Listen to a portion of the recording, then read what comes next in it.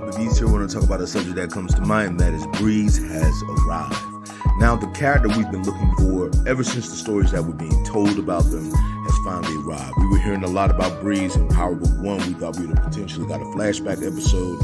50 Cent wants to talk about doing a movie about Breeze, but then it turned into a show and with Raising Kanan, and we thought Breeze would have been there day one. However, it seems as though the story they were trying to tell was about Kanan and his family, leading into him and Breeze encountering one another. And right now, towards the end of the Raising Kanan storyline, we have Breeze finally appearing in the form of Shamir Moore. So with that being said, Breeze is now here. He has a presence. His connections is to Snap and Pop. He's from the east side of New York. There's a lot about this character to unwrap.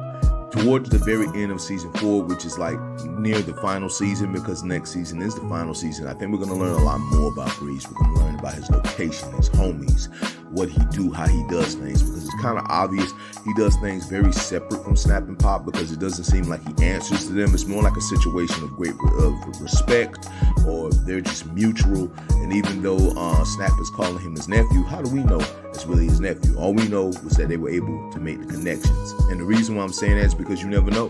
Breeze might be in a similar situation Kanan is in, where Snap and Pop is trying to manipulate his life and trying to lie to him and play with him and shit like that.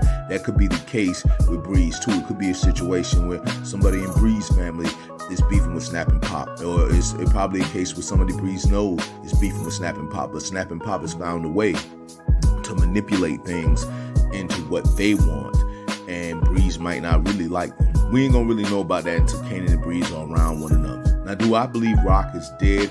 I'm theorizing on it, but I think she is not dead. There's a chance that Rock's story ends with Raising Kanan, and why would you bring a character so powerful, so strong towards the end of the series only to take them out so we can start some Power Origins details ending the series?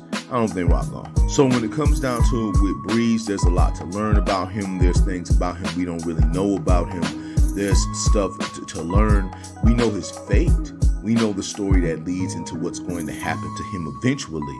But other than that, we don't know too much about him. And he's going to end up playing a real bigger presence in Power Origin. As we know, Origins will be the sequel series to Raising Kanan, continuing the storyline that started out in Raising Kanan, but from Ghost and Tommy's perspective, with Kanan being a presence, but not the main lead that he shared with his mother in Raising Kanan. So it's looking very interesting. I can't wait to see how things play out with this character. There's so much to put together about Breeze. There's so much for us to learn about him.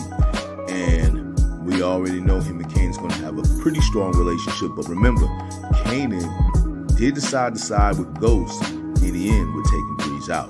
So it might not be full love. You really, really don't know. But I just want to say to all you that it is your boy Bobby Beats here. Just want to say much love, much respect. Hold it down. And